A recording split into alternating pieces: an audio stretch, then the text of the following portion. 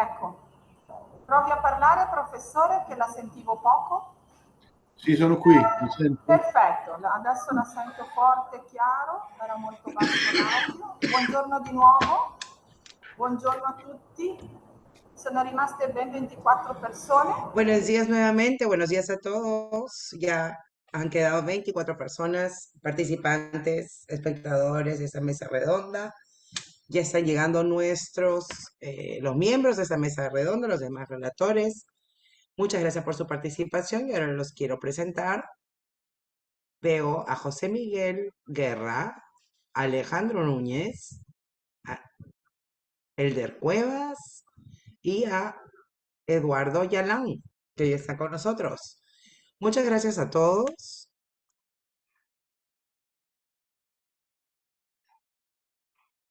Un momento, por favor. Están ultimando un poco la sala.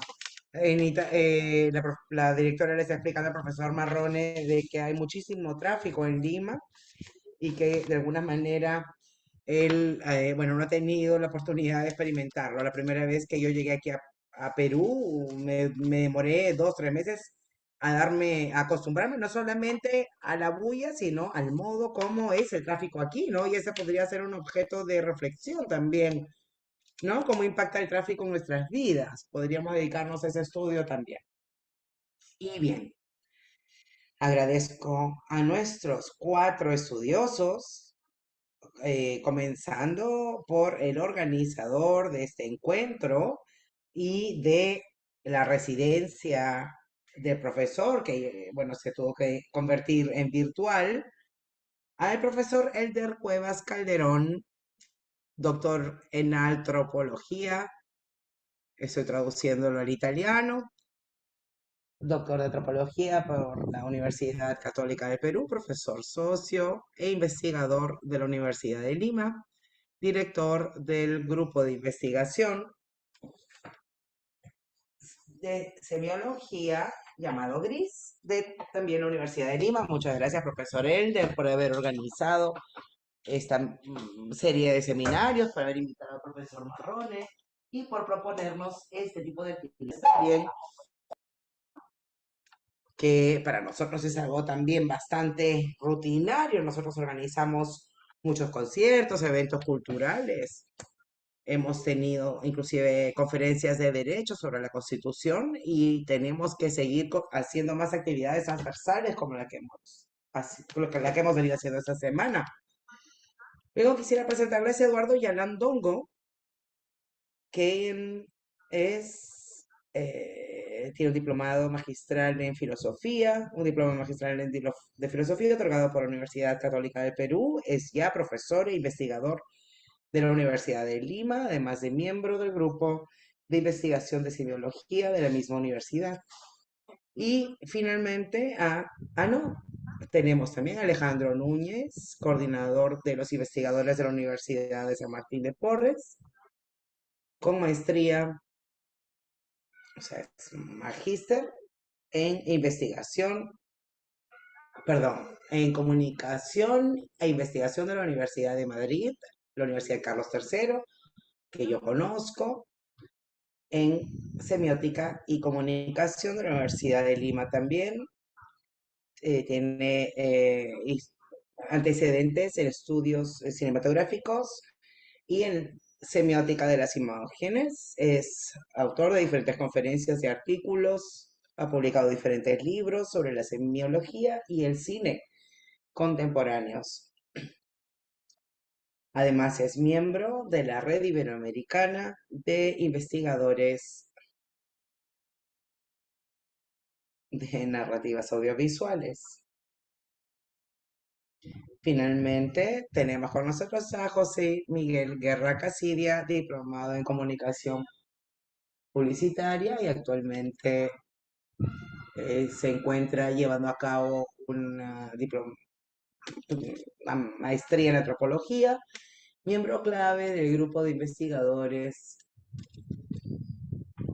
y organizadores estratégicos de la agencia de publicidad. Y aquí ya podemos hablar un poco más del branding, ¿verdad? ¿No? Pues, especializado en el desarrollo de estrategias integradas para marcas corporativas,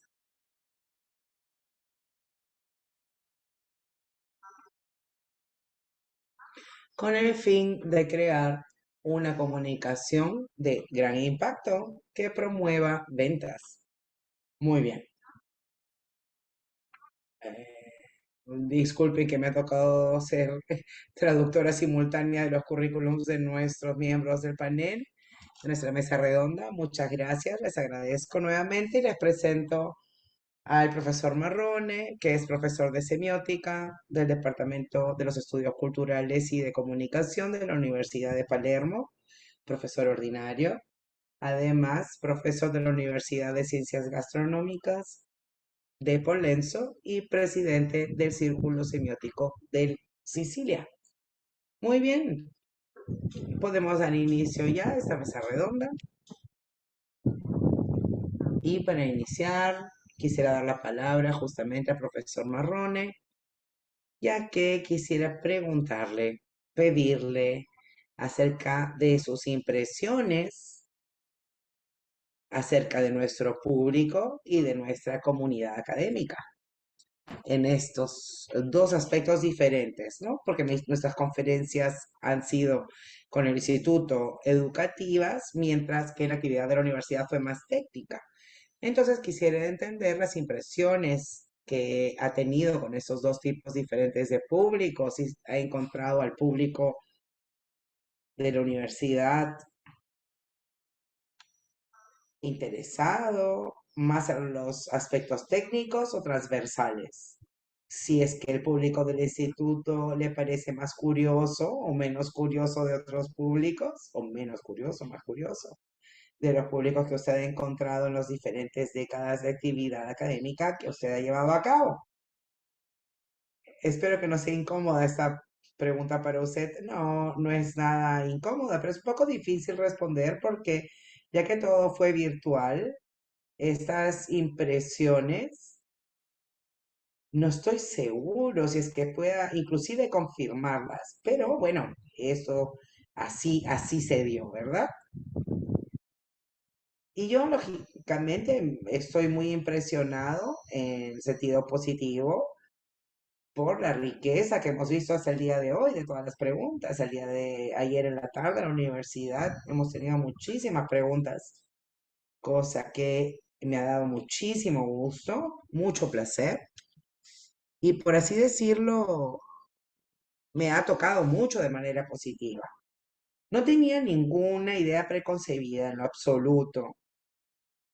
Lo que a mí en realidad me interesa más o me hubiese gustado profundizar más es en el hecho de cómo en un lugar tan lejano, en un país tan lejano, hayan por un lado convergencias de ideas y por otro lado situaciones culturales y sociales diferentes. Eso me ha sorprendido mucho, como hoy día, hablando de la pereza, he notado cómo en una sociedad tan diferente como es la sociedad peruana, se encuentren las mismas problemáticas que encontramos nosotros en Italia.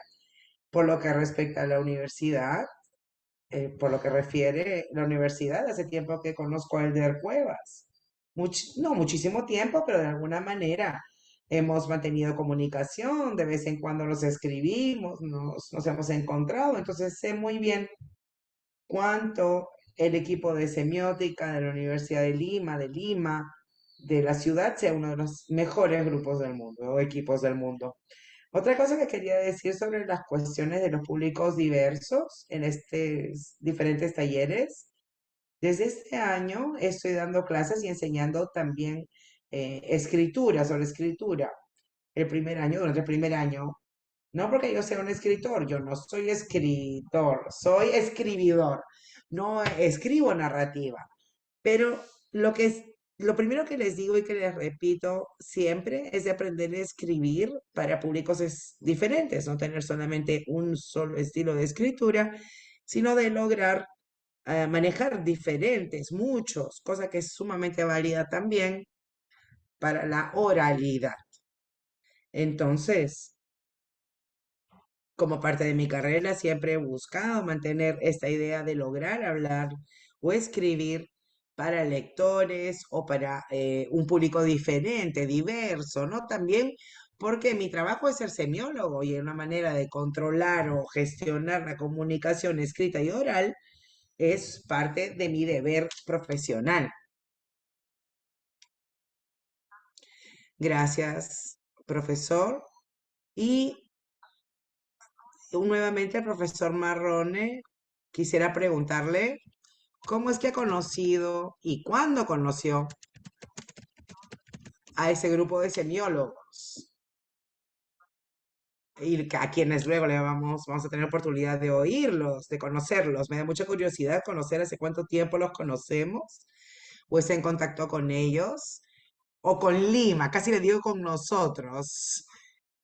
No, yo estoy aquí hace 2 años y medio y ya he cambiado la perspectiva, ya me siento más aquí en Perú que allá en Italia. Entonces, ¿hace cuánto tiempo es que mantienen esa relación académica de investigación y hasta profesional con el grupo de semiólogos que participan junto con nosotros en esta mañana? Profesor Cuevas, tal vez, usted ya conoce a a nuestros huéspedes del día de hoy, estos 4 jóvenes personalidades de la semiología aquí en Perú. Tal vez han publicado algo juntos. ¿Nos puede contar, por favor, cuál es el contexto? Bueno, en realidad nos conocemos relativamente hace poco. Con Elder ya mantenemos una comunicación hace tiempo y hemos logrado conocernos el año pasado. Así es, el año pasado ha habido un convenio internacional una convención internacional de semiótica en Grecia y ahí fue donde nos conocimos. Y con Oscar Quesada, que también estaba ahí, y nos hemos encontrado en Grecia y nos inscribimos, intercambiamos comunicación porque teníamos un amigo y un colega en común que se llamaba Fabri, apellidaba Fabri, que viajó más de una vez a Lima, si no me equivoco. Una persona que viajaba mucho, era un grandísimo semiólogo. Y esto ha sido como que a través de Paolo hemos relacionado estos dos grupos, ¿no? Nos hemos relacionado como grupos. Luego él ha venido a Palermo y me ha hecho este gran regalo de venirme a buscar en mayo o junio del año pasado, si no recuerdo, y hemos tenido el tiempo de pasar un poco de tiempo juntos, de comernos un poco de pizzas. Muy bien. Entonces, quisiera darle ahora la palabra al profesor Cuevas. Tal vez pueda intercambiar un recuerdo del profesor Fabri,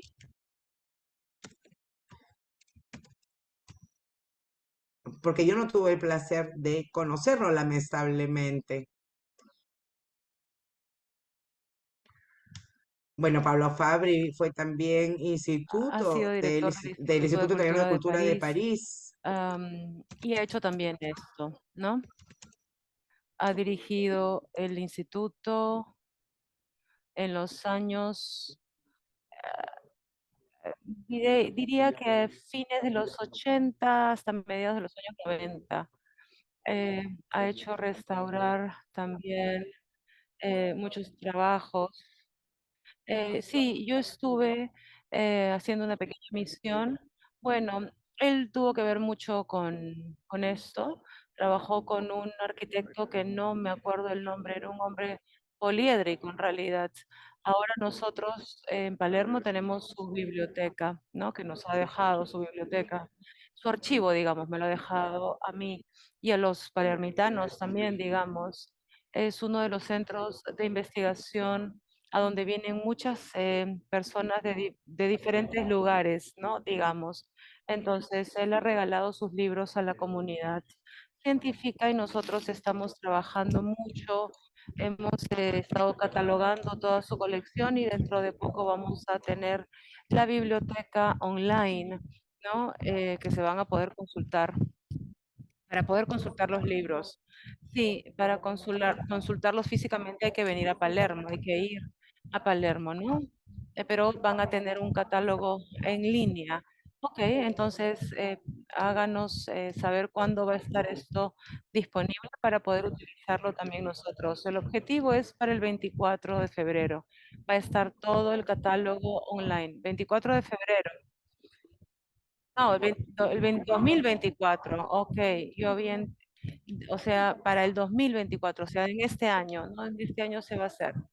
Bueno, háganoslo saber para poder también hacer un post sobre esto en nuestra página. Ok, el profesor Cuevas, ¿qué nos puede decir sobre el profesor Fabri, que también era un colega? No sabía que era colega. A todos y todas, gracias por la invitación.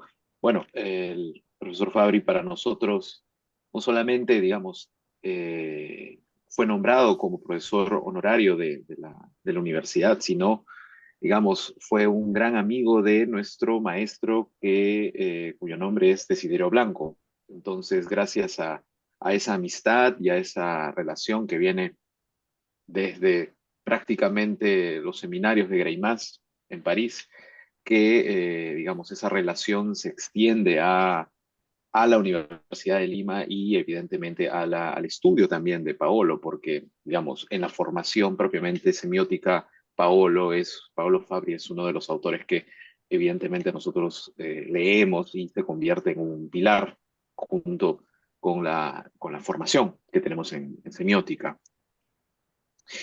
Me gustaría aprovechar, ya que tengo la palabra, para poder de repente, digamos, Poi del proponerles suo dietro di te.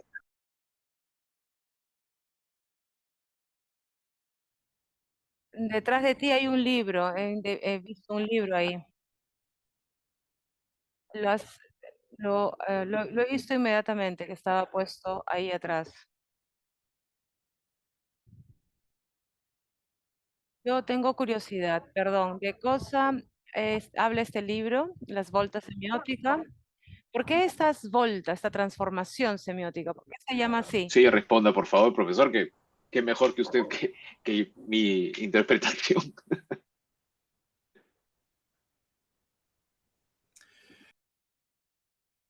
Es un libro que yo estimo mucho por una serie de razones, ¿no?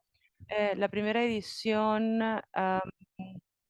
fue publicada un mes de enero, una nueva edición que yo em, editado, ¿no? Eso incluye una serie de conferencias que Pablo tuvo aquí en Palermo en el 98, me parece, si no me equivoco, después de haber hecho 4 años en París como director del instituto.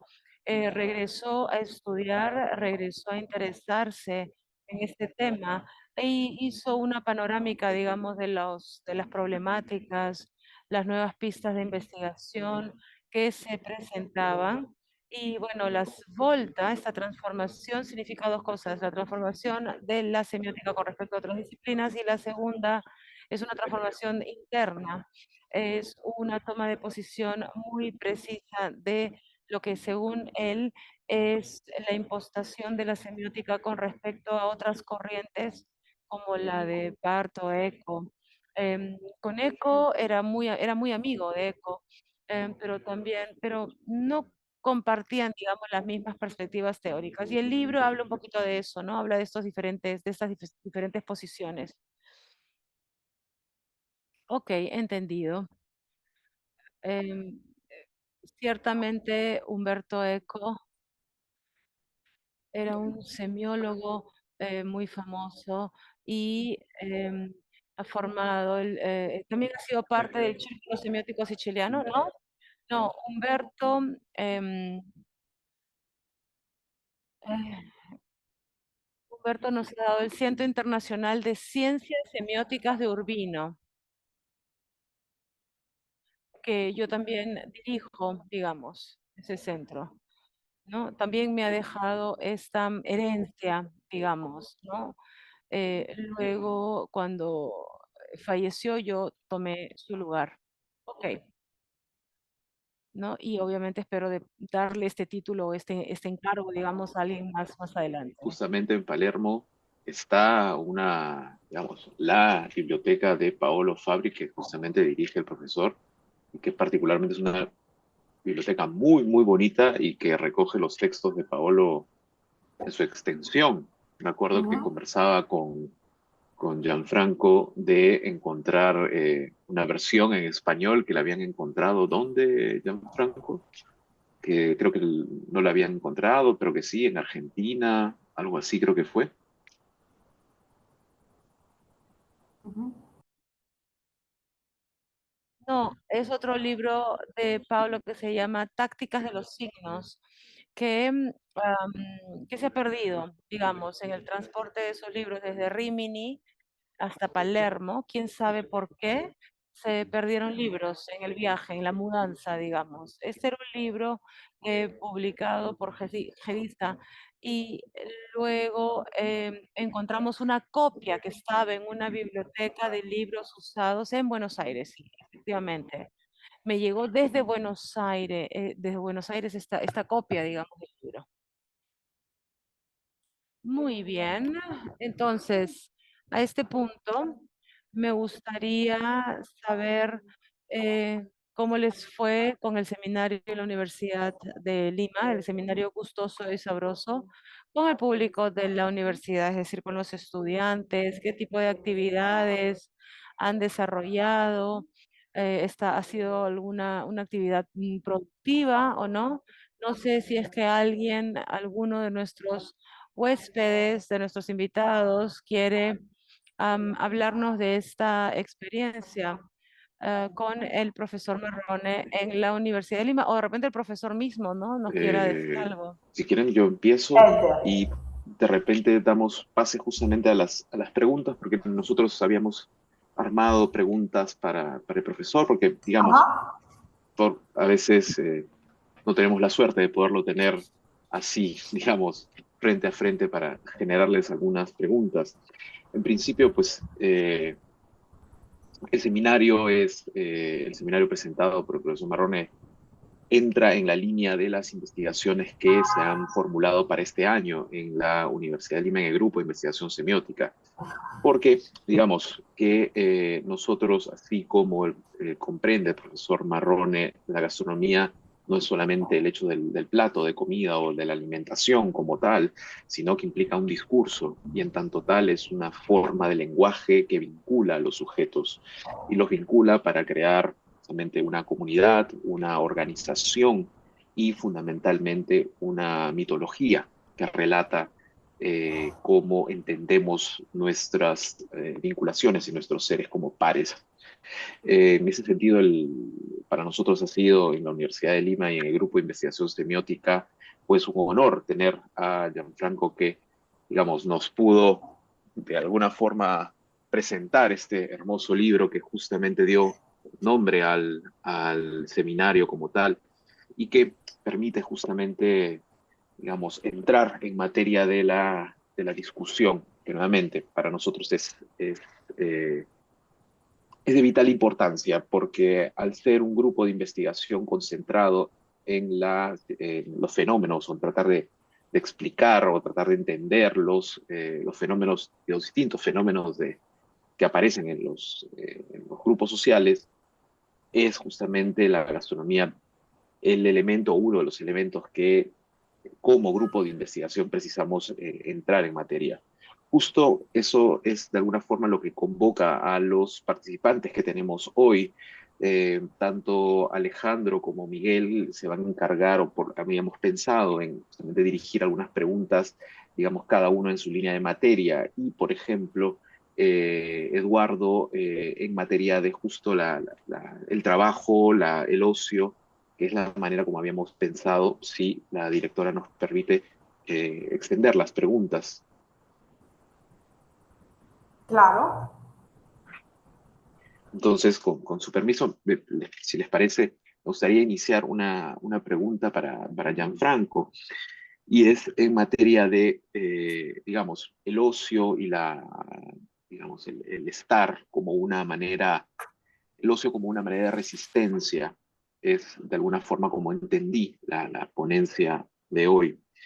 Sin embargo, me parece de alguna manera necesario saber tu postura en referencia a, por ejemplo, lo que hiciste mención de Byung-Chul Han, digamos, esta idea o esta concepción del ocio que es una resistencia o de alguna manera una especie de ir a contracorriente al tiempo de ahora. Sin embargo, ese ocio se vincula, desde mi parecer, a los trabajos. Específicamente, me hacía pensar en este libro de David Graeber, Bullshit Jobs, recuerdo que es el título de este libro, y que justamente de alguna forma vincula los trabajos que van restando agencia, que van restando al sujeto en su vida cotidiana para convertirlo en mera fuerza de trabajo como tal. Entonces, me gustaría saber tu perspectiva del ocio como resistencia, o si lo entiendes como resistencia, en función de trabajos que van justamente restando, que van capturando la vida de los sujetos.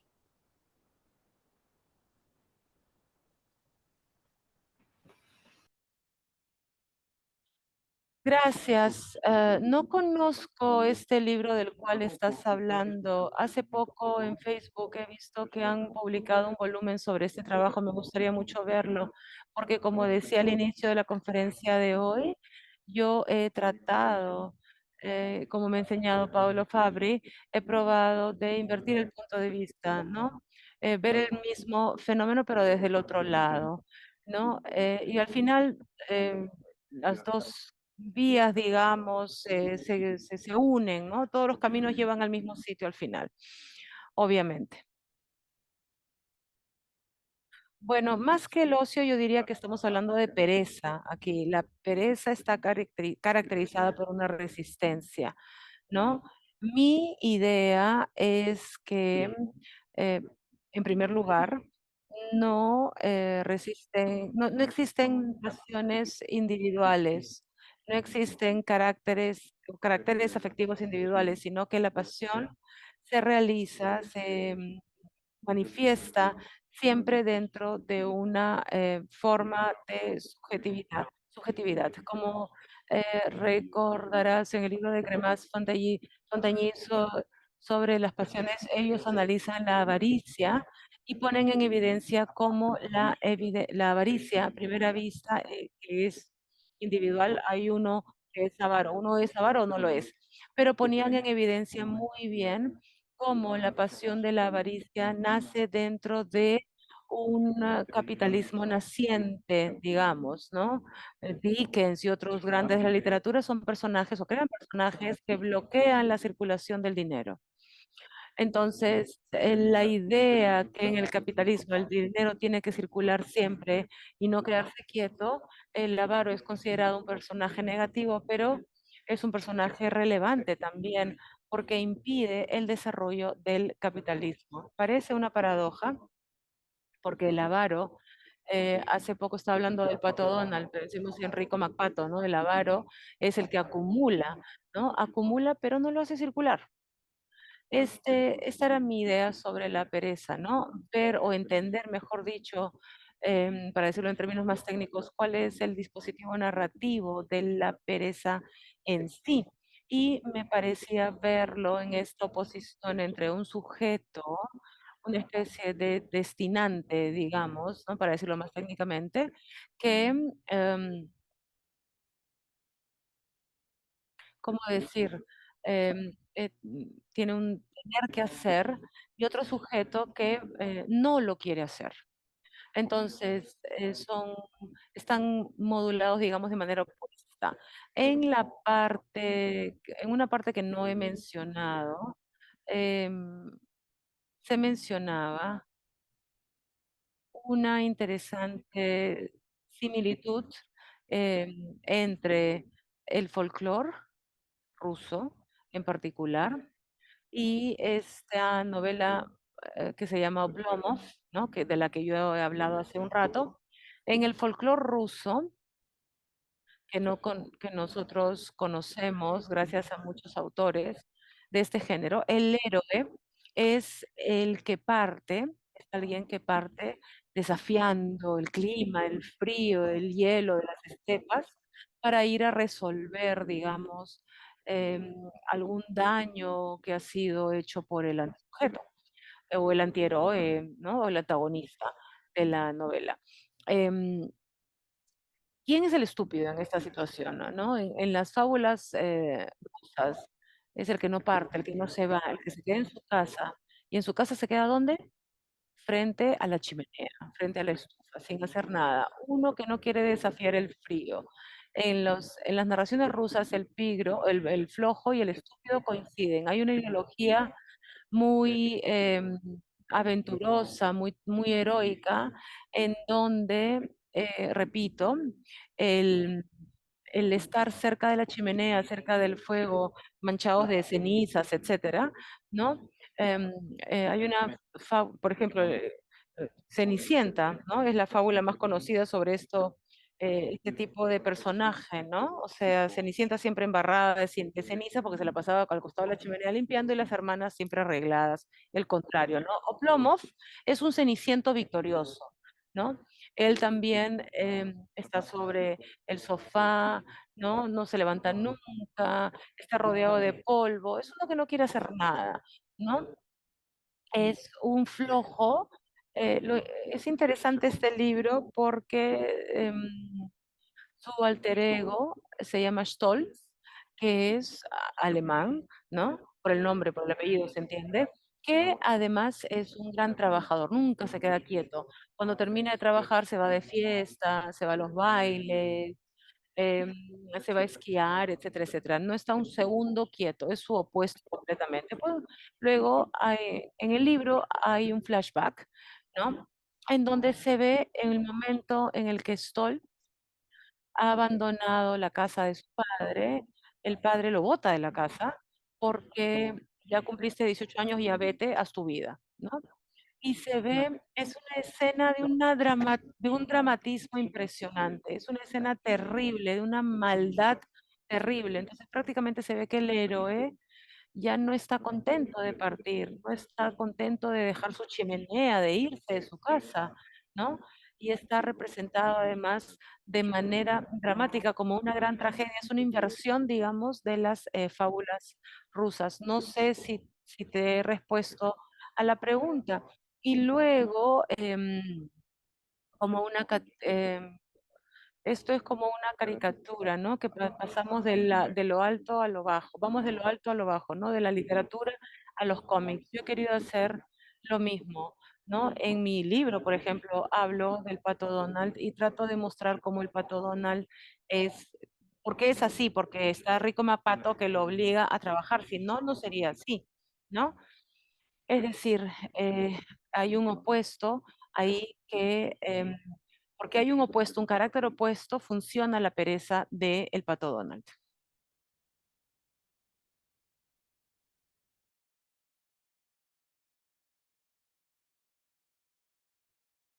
Sí, buenos días, profesor Marrone, ¿cómo está? Gracias por su tiempo, por su atención y por la tremenda semana que hemos tenido con su aporte semiótico. Yo quisiera hacerle una primera pregunta, tengo varias en realidad, pero creo que la primera pregunta parece que es importante para mí, que es que tiene que ver con la conferencia de hoy y con el texto que usted escribe, la invenzione del testo, Appunti per una ricerca. Eh, en su ponencia del día de hoy, en su conferencia del día de hoy, mi pregunta surge, ¿qué textos le sirve al semiótico para reconstruir una semiósfera histórica, ¿no? Una direccionalidad global? Lo señalo porque se ha enfocado usted para su descripción del medioevo y el trabajo y el ocio en textos amplios, ¿no? Como perspectivas de pensamiento del medioevo. Usted parte de textos como retratos de la literatura de Dante, del lema ora et labora, del mito bíblico. Sin embargo, en su descripción del siglo XIX, ¿no? De la lógica capitalista, su corpus de reflexión parece estar más centrado en pensamientos de autores específicos como Marx, Locke, Hegel, Schiller. en lugar de abordar una descripción económica como lo hizo con el medioevo, más grande, ¿no? Entonces, mi pregunta es, ¿cuál es su criterio de rigor para la evaluación de textos que le han permitido respaldar su descripción sobre la historia del trabajo?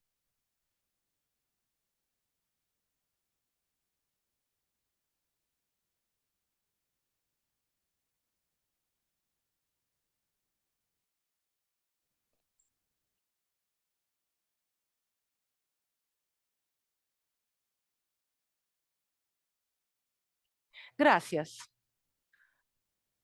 Digamos que yo he presentado hoy el primer capítulo de mi libro sobre la pereza, que es el capítulo más discursivo, digamos, ¿no? El que se puede narrar de manera más fácil porque es la parte histórica. He tratado de mover un poco, he partido del centro, el periodo anglosajón, luego he regresado a la Biblia, luego he ido hacia adelante, hacia la contemporaneidad. En los otros capítulos del libro, en cambio, tratando siempre, como decía antes, no hay una palabra técnica, eso es lo que quiero decir, no hay ninguna palabra de metalenguaje, absolutamente. Es un libro que he tratado de hacer lo más leíble posible para un público mucho más amplio y creo que me ha ido bien, digamos, ¿no? Salió, como dije antes, en el periodo de la pandemia, ha tenido muchísima prensa, sus ventas también son buenas. Y bueno, en el resto del libro trato de construir este corpus, ¿no? Em, Como decía al inicio, de ponerme estos problemas de tipo metodológico. ¿Qué cosa hacemos cuando hablamos de pereza? ¿A dónde nos dirigimos? La pereza es extraña porque, repito, hay muchísimos errores, hay muchos elogios de la pereza, pero no hay nada negativo, digamos, y se distribuye de manera bastante curiosa en fábulas, cómics, proverbios, calendarios, em, una especie de editoría, digamos.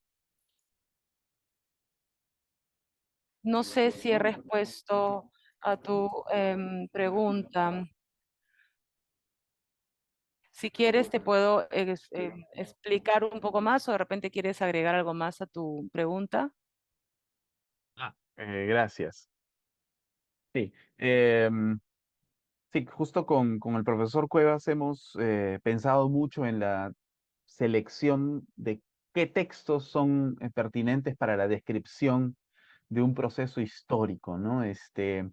Entonces, mi pregunta quizás era más metodológica, más en el sentido del metalenguaje, porque nos hemos acostumbrado que en semiótica el texto, como usted también lo manifiesta en su libro, es el objeto de estudio de la semiótica. Y mi pregunta era, esa primera pregunta era respecto a qué textos son los que les ha ayudado a hacer una descripción, o más bien ha optado por reflexiones que no se circunscriban a la metodología propiamente semiótica, ¿no?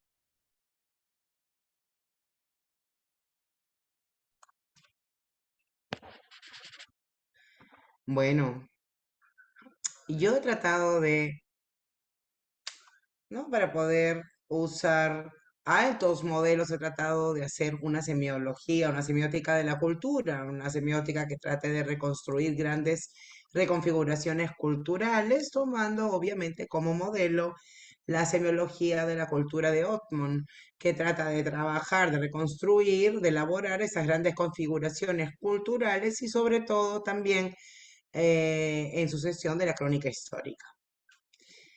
Sin embargo, he tratado también de trabajar, de elaborar un análisis con el análisis de los textos.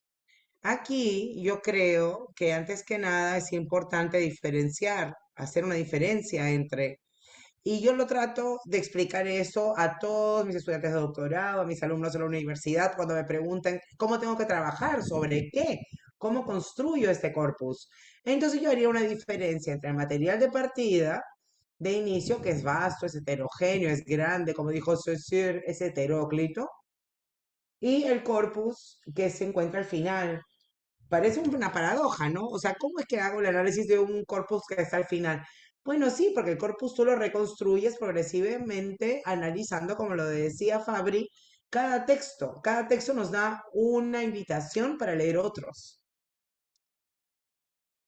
Entonces, aquí se procede con comparaciones cuando tratamos o estamos en la búsqueda de invariantes. Por ejemplo, yo a un cierto punto me di cuenta de la presencia de lo que se llaman los sotopir, una isotopía, perdón, isotopía térmica, como ya mencioné hace poco, de esta importancia extraordinaria del calor y del frío, que yo no hubiese esperado encontrarla. La encontré en los proverbios, la encontré en los cuentos de hadas.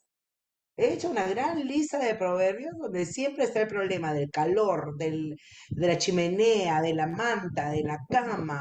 Y después he encontrado los cuentos de hadas rusos que hacen referencia al hielo, al clima gélido, donde en general el perezoso, es el que se mete en el costado de la estufa y ahí llegué a Cenicienta y allí a su alter ego ruso. O bluff. Entonces siempre hay un poco de suerte o de mala suerte en la investigación, pero es una suerte que tú te construyes, ¿no? A través del análisis de los textos y yendo en la búsqueda de esas invariantes y luego con la elaboración para hacer la comparación.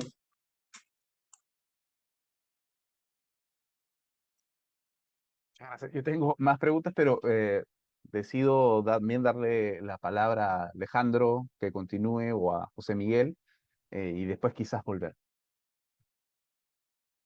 Sí, muchas gracias, Eduardo.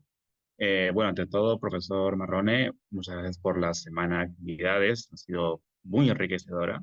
He estado haciendo varias conferencias y mis preguntas son bien puntuales y más o menos van a ser transversales a lo que se ha visto estos días, ¿no? Se ha hablado de marcas, se ha hablado de comidas, se ha hablado de la pesca, pero yo pienso que lo que tiene muy bien las investigaciones del profesor es esa mirada que también salió en algún momento, esta mirada mitológica, ¿no? Quizá este cuestionamiento que viene de ver con otros ojos lo que todo el mundo da por sentado, lo que se da por dado, por hecho, y empezar a problematizarlo, ¿no? Que básicamente es un poco el germen, ¿no? De las investigaciones semióticas que personalmente yo hago, que el grupo de investigación también hace, y que me parece que está muy bien expresado. Entonces, mi pregunta, igual que como iba Eduardo, por lo que iba Eduardo, es quizá un poco que tiene que ver con la idea del método, ¿no? La idea de la metodología al momento de llevar a cabo una investigación semiológica. Lo digo porque quizá la gente que nos está viendo, los participantes, tampoco tiene mucha cancha dentro de la disciplina. Eh, y era sobre dos conceptos que son, yo diría, ya clásicos, ¿no? El primero es el de la idea de los mitos, de Roland Barthes, que al día de hoy, digamos, a nivel de método, quizá no tiene tanta la presencia que otros autores sí pueden tener. Pero que igual es una mirada, en lo personal pienso que es una mirada sobre las cosas general, ¿no? Hay un texto de año pasado que salió en Social Semiotics de Ana María Lorusto y Francisco Uceda, justamente, que hablan sobre un enfoque crítico del estudio de la semiótica de la cultura, ¿no? Y en el texto también hablan básicamente de lo mismo, refieren sobre la idea de los mitos, ¿no? Como un concepto a tener en cuenta. Eso por un lado. Y el otro concepto que sí quisiera saber su opinión es el de estrategia, que, de nuevo, disculpe,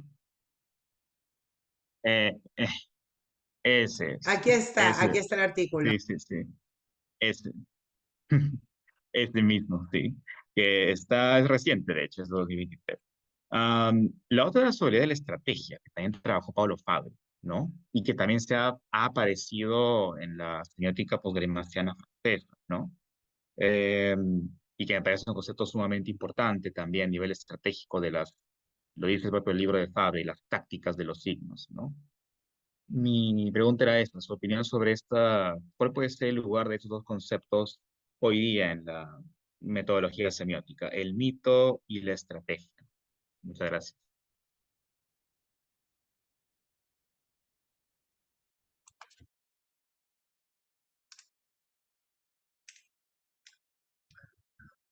Es una muy buena pregunta, muchas gracias.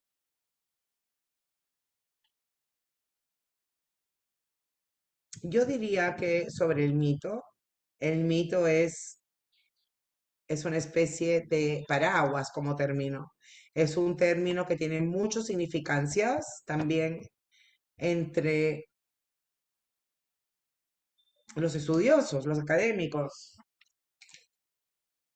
Y además, según el sentido común, se considera ahora como un término positivo, a veces como un término negativo. Para Barthes, por ejemplo, la mitología de Barthes, que creo que es del 1957, más de 70 años atrás. El concepto de mito era un concepto negativo. El de Barthes criticaba la cultura del pequeño burgués de esos tiempos, que era una cultura naciente, de masa, los medios de comunicación que declaran la explosión, que en pocos años y comenzaron a cambiar radicalmente la sociedad y la cultura. La grandeza de Bart ha sido la de trabajar en el detalle, de elaborar esas pequeñas cosas, las cosas que los demás no ven, ¿no? Sobre este pequeño rulito que le cae sobre la frente a ese actor secundario que está ahí en la escena de la película, o una persona que suda al momento de ver un juguete, ¿no? Ahora todo eso es normal, pero en los años 50 aparte, Barthes era un estudioso de griego, de latín, era crítico teatral, crítico literario, entonces estaba en ese contexto y tenía también esa mirada genial. Su primer ensayo fue sobre Ketch y después hay otro ensayo sobre el bistec, sobre el vino, sobre los autos. Pero la idea de Barthes común es la de desnaturalizar, es decir, de hacer que lo obvio, lo evidente, lo cotidiano o la cotidianidad no fueran naturales para nada, ni tomadas por descontado, sino que había que actuar sobre lo que era aparentemente obvio para descubrir que no es aparentemente obvio. Entonces, para él la mitología era usada de forma un poco irónica, ¿no? El mito del vino, el mito del escritor que está de vacaciones, el mito de las papas fritas, ¿no? Y todo un ensayo sobre las papas fritas. Y el modo en el que en cambio lo utiliza Levi Strauss, como que tratamos de explicar el primer día durante nuestro primer encuentro en la universidad, es mucho más, muy diferente, justamente porque él también estudiaba los los mitos amerindios, los mitos de todo el continente americano y estudiaba pues los mitos de las culturas tradicionales, de las culturas que ya se están perdiendo o ya se perdieron.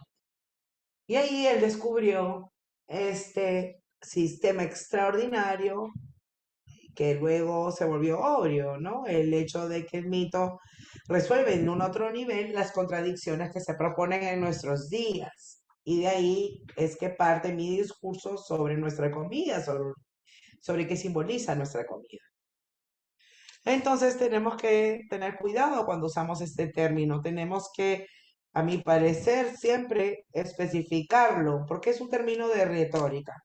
La retórica que el lenguaje común tiene un significado despreciativo, negativo, ¿no? Estás haciendo un discurso retórico, ¿no? Inútil. Sin embargo, nosotros como semióticos sabemos que la retórica tiene una connotación positiva porque son los dispositivos de comunicación. Y el mito es así también. Por lo que tiene que ver estrategia, te agradezco mucho la pregunta porque ese es un término muy clave.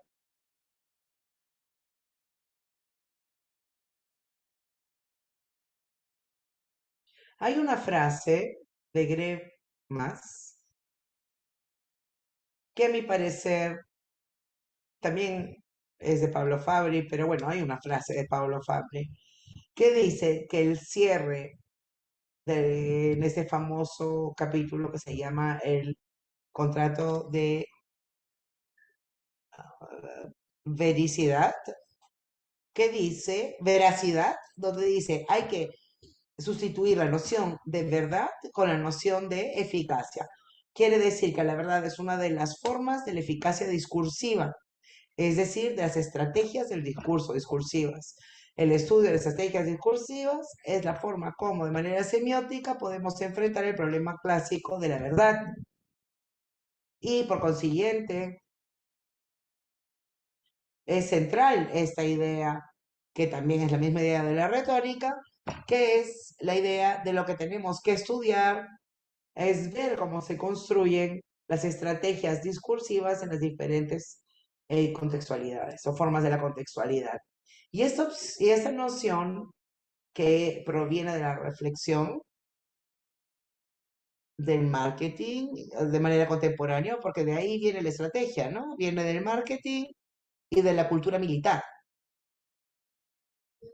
Entonces, se origina de la cultura militar, contemporáneamente del marketing, del general von Clausewitz, que escribió este libro tan famoso sobre la guerra, o también de las reflexiones que hace el marketing. Esta es una idea que previene de la narrativa, que ha sido repensada en la semiótica con relación a la narratividad, ¿no? Que un problema máximo va a encontrar siempre una estructura polémica entre el sujeto y el antisujeto, donde ambas estructuras se observan, los objetos se multiplican, estoy yo, mi simulacro, lo que el otro piensa que yo soy, y así sucesivamente. Así que eso es un enriquecimiento muy grande. Y de esa cuestión de el ejemplo más banal que encuentro es el fútbol. Cuando tenemos que patear un penal. ¿Desde dónde se patea el penal? Yo pateo el penal ah, como jugador, pateo desde el lado que miro o miro a la derecha y pateo a la izquierda. Acá hay un problema. El arquero sabe que yo voy a mirar por un lado, pero voy a patear para el otro. Pero yo no sé que el portero lo sabe. Entonces, en este punto, miro a un lado y tiro para el otro lado. Pateo, ¿no? Pero también el portero lo sabe, el arquero lo sabe. Entonces, ¿cuál es el final de todo esto? Pateo donde sea y el portero se tira por donde sea. Entonces, se lanza, ¿no? Para tapar la patada, el gol. Entonces, el exceso de cálculo se transforma en pasión. Entonces, la teoría de la estrategia incluye una semiótica de las pasiones. Cuando se leen los grandes textos sobre la guerra, el mismo von Claus decía que el problema fundamental de manejar, de administrar un ejército es manejar sus pasiones, ¿no? Su miedo, su valor, su timidez, su cansancio, su aburrimiento y así sucesivamente. Así que muchas gracias por esta pregunta porque me ha permitido esclarecer esta cuestión y tienes mucha razón en decir de que son dos conceptos claves. Estoy de acuerdo con eso.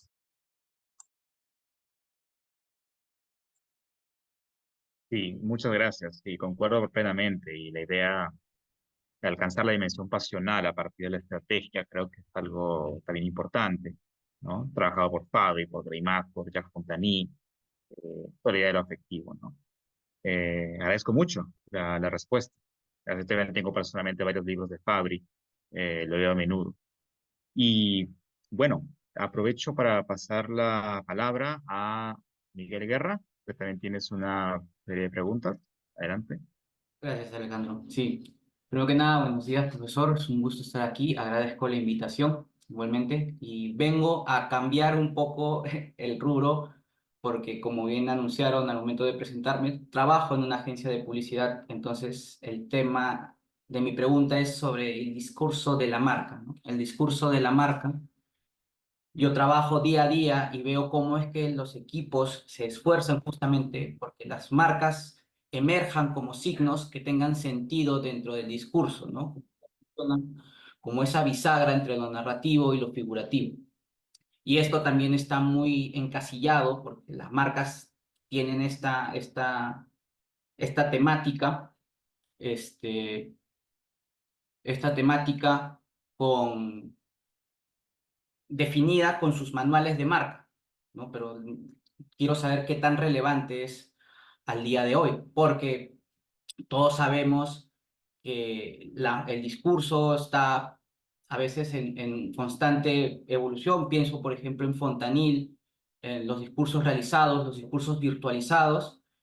Yo todos los días tengo que revisar, por ejemplo, reportes de tendencias, y esas tendencias de comunicación dicen de que la publicidad tiene que ser más sectorizada, más representativa, ¿no? Y dejar de ser aspiracional, pero la realidad ha demostrado que esto no se cumple, ¿no? Muchas veces la marca, eh, por más que se esfuerce en llegar al público, ellos están en una semiósfera, por así decirlo, muy distinta a la marca, ¿no? En donde la comunicación, por ejemplo, la digital, es muy rápida, los memes llegan de un día para otro y después las marcas intentan entrar en ese territorio, ya es muy tarde o simplemente no les hacen caso, ¿no? Las interacciones son muy bajas. Y mi pregunta es, ¿no? Si consideras que las marcas tienen complicaciones para generar estas narrativas realmente atrapantes en un mundo donde la comunicación es tan fugaz y tan rápida como lo es, por ejemplo, el mundo digital, ¿no? En un mundo sobresaturado de información.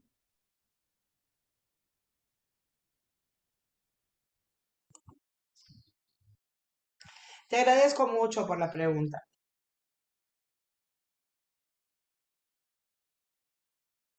Y aquí también la respuesta sería depende.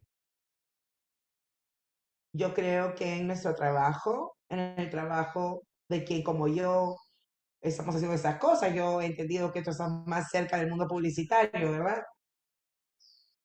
Pero en el mundo de la publicidad, en el mundo de las comunicaciones y de las consultorías de comunicación, dado que se asumen muchos riesgos y riesgos económicos inclusive, y es inevitable esto, hay que operar manejar eh, elecciones eficaces. Entonces es evidente de que hay mucha ansiedad, una gran necesidad de resolver las cosas, ¿no? En poco tiempo. Justamente ese sentimiento que tú has compartido, ¿no? De ver el mundo que cambia con tanta velocidad. Lo que a mi parecer hay que hacer o requerimos es algo muy utópico para determinados sectores, ¿no? O esferas o dimensiones, mejor dicho. Sino, es ver cómo al fin y al cabo esa velocidad también cuenta con configuraciones culturales que son muy estables, menos rápidas que la tecnología, ¿no? No dejarnos llevar por esa manía y esa angustia que da la transformación.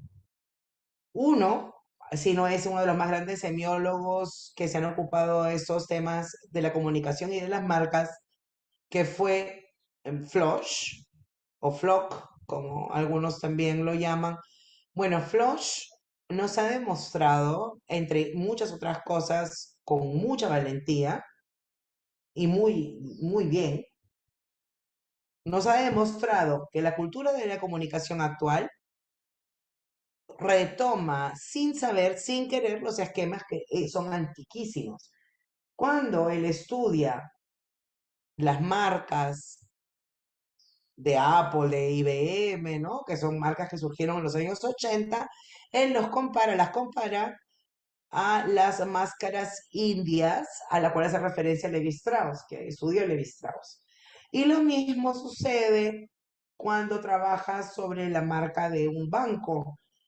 Entonces aquí lo interesante es que esto de ver las constantes, la existencia de constantes, aun cuando muy antiguas. Y por eso es que yo me puse a leer y a practicar las investigaciones de Levi Strauss, porque él nos permite entender mucho mejor la cultura actual. Él ha hecho muchos trabajos acerca de la mitología de los aromas de la antigua Grecia. Entonces, para explicar cómo es que funciona el logo, Michel Bras lee Los jardines de Marcel Dutien, ¿no? Que es un antiguista. Pero noto que quien como tú trabaja en el mundo de la comunicación no tiene ni siquiera el tiempo para hacer esto, obviamente. Entonces, la investigación universitaria debería de servir para desacelerar, para tomar el tiempo, para tomarse el tiempo justo para hacer el estudio, porque bien, resulta claro como en el mundo de la comunicación ese tiempo ya no existirá, como dicen mis estudiantes, como le digo a mis estudiantes de doctorado, chicos, chicas, es ahora cuando tienen el tiempo para hacer sus investigaciones bien.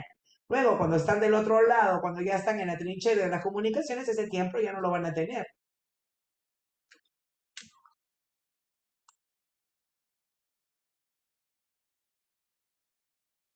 Completamente de acuerdo. Efectivamente, muchas veces las campañas tienen que salir para la siguiente semana y el tiempo de investigación es completamente reducido, ¿no? Efectivamente. Muchas gracias por su respuesta. Grazie a te. Gracias a ti. Directora, no sé si nosotros hemos formulado nuestras Sí, preguntas. no, quería averiguar, ¿hay alguien que no? No, todos hablaron, ¿no? De Sí, sí, ustedes. sí. Sí. Ajá, muy bien, perfecto. Y bueno, estamos en cierre de mesa redonda, diría, porque son las mediodía con 23 minutos. Y pues he ido buscando sobre Paolo Fabbri. He visto que realmente es como un gigante, ¿no? De este rubro semiótico, semiológico. Y nada, entonces, ¿hay alguna otra pregunta o comentario por parte de alguien? También del público, todavía quedan 14 asistentes de nuestro seminario anterior. No sé si tienen alguna curiosidad o pregunta más técnica. No sé si dentro de nuestro público de hoy está algún semiólogo, algún estudiante de comunicación, quiere hacer alguna intervención o comentario. ¿Sí?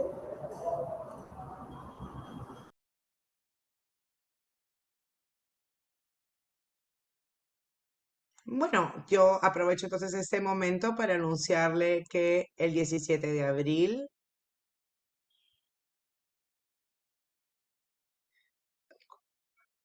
que siendo la fecha del cumpleaños de Paolo,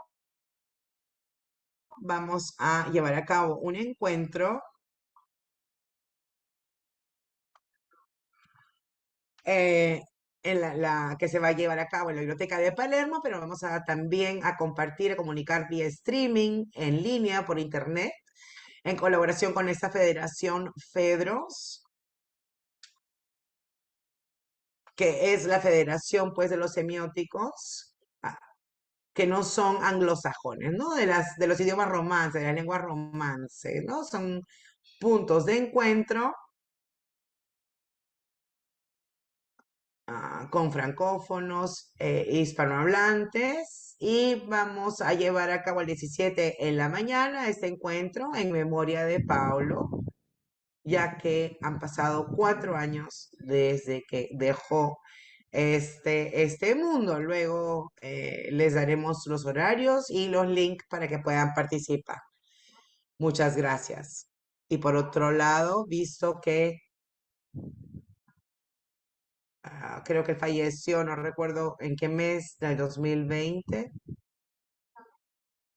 ¿verdad? Sí, fue justamente en junio del 2020. Pero ahora vamos a celebrar su, su nacimiento. Pero bueno, sabemos que el año 2020 fue un año un poco pesado, ¿no? Bueno, muy interesante, profesor. Por favor, háganos llegar el vínculo, el link para poder comunicarlo entre los interesados. Por supuesto, hoy día por la tarde nos llegará toda la información más precisa, la misma que compartiré con todos ustedes. Y se llevará a cabo en la mañana, horario de Italia, o en la tarde. No lo sé, yo pensé que era en la mañana, pero creo que se va a hacer en la tarde. Habría pensado que se iba a llevar a cabo en la mañana, pero lo vamos a hacer en la tarde. En todos modos, se los haré saber directamente desde Fedros, ¿no? Justamente eso ha sido decidido hace un pocos días.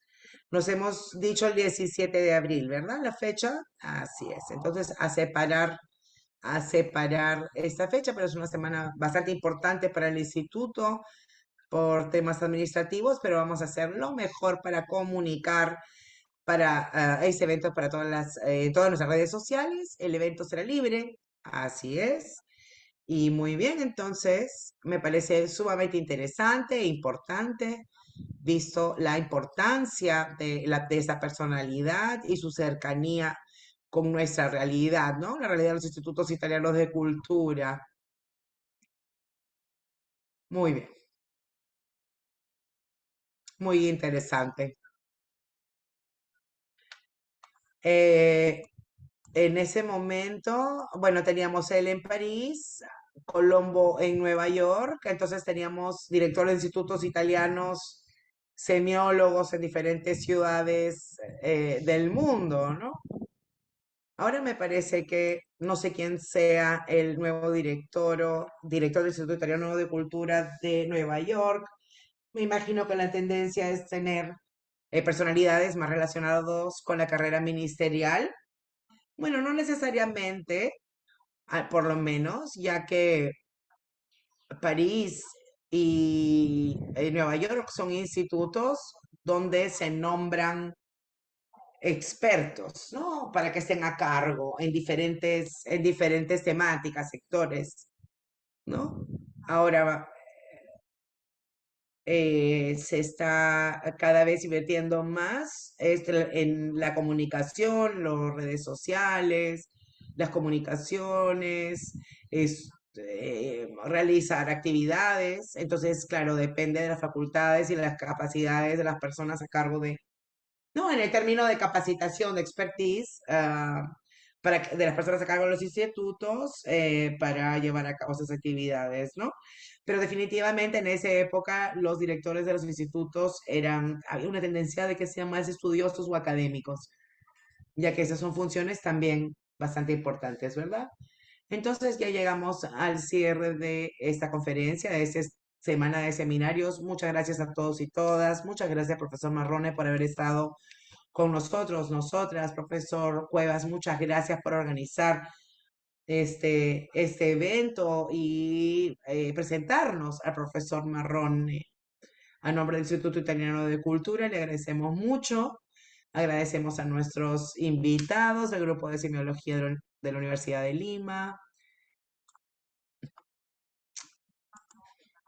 a Eduardo Yalandongo, a Alejandro Núñez, Alberta,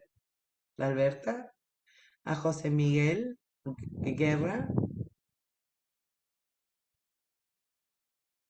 todos pertenecientes al grupo de semiología de la Universidad de Lima, que es uno de los más reconocidos en el mundo. Muchas gracias a nuestro público que nos ha acompañado hasta ahora. Quedan 12 personas conectadas y muchas gracias por su gran interés, el gran interés demostrado el día de hoy con tantas preguntas al profesor Marrone. Gracias al profesor Marrone por haber sido tan didáctico y bueno, quedamos a la espera de conocer los detalles de la celebración del nacimiento de Pablo Fabri, gran semiólogo italiano, fallecido en el 2020 y que fue profesor visitante. Sí, porque me acabo de leer la biografía. Bueno, y también fue profesor invitado de la Universidad de Lima. Veo que ha sido amigo personal de muchos profesores, del rector de la Universidad de Lima. Entonces me parece muy interesante, ya que como hemos hablado, ha dirigido inclusive el Instituto Italiano de Cultura. Así que a mí, yo soy bien curiosa, así que muchas gracias por pertenecer o haber hecho parte a esta conferencia. Muchas gracias y me despido. Si es que no hay más preguntas, vuelvo a agradecer y nos vemos pronto. Gracias a todos. Gracias de corazón a cada uno de ustedes por su gran paciencia y por su colaboración. Muchas gracias. Nos vemos muy pronto.